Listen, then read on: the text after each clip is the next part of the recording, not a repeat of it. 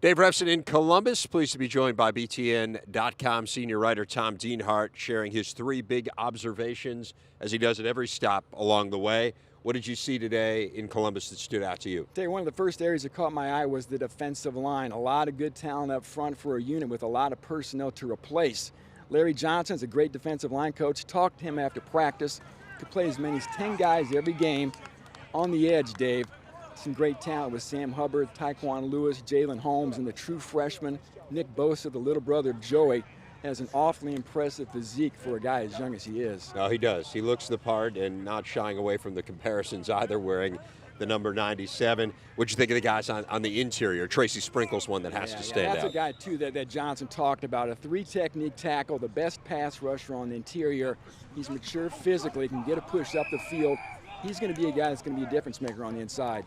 So first big observation is the defensive line. What else? You know, skill position players on offense. We all know of the attrition there. The wide receiver's gone, led by Michael Thomas, of course, running back. Ezekiel Elliott goes pro early. Who's going to fill these spots? Who's going to catch the pass? Who's going to run the ball?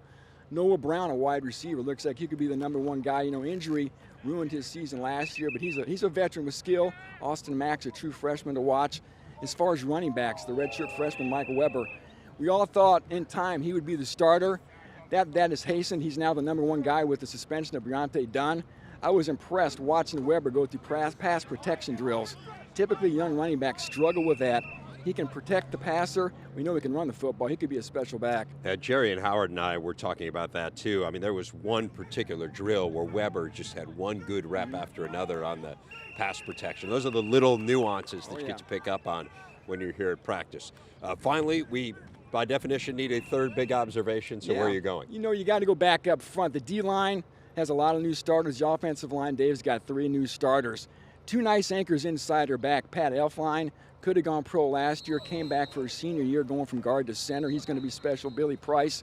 But the guy that really caught my eye and a lot of people's eyes is the true freshman, Michael Jordan.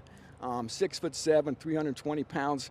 How often do you see a true freshman start on the offensive line at any school, let alone a place like Ohio State?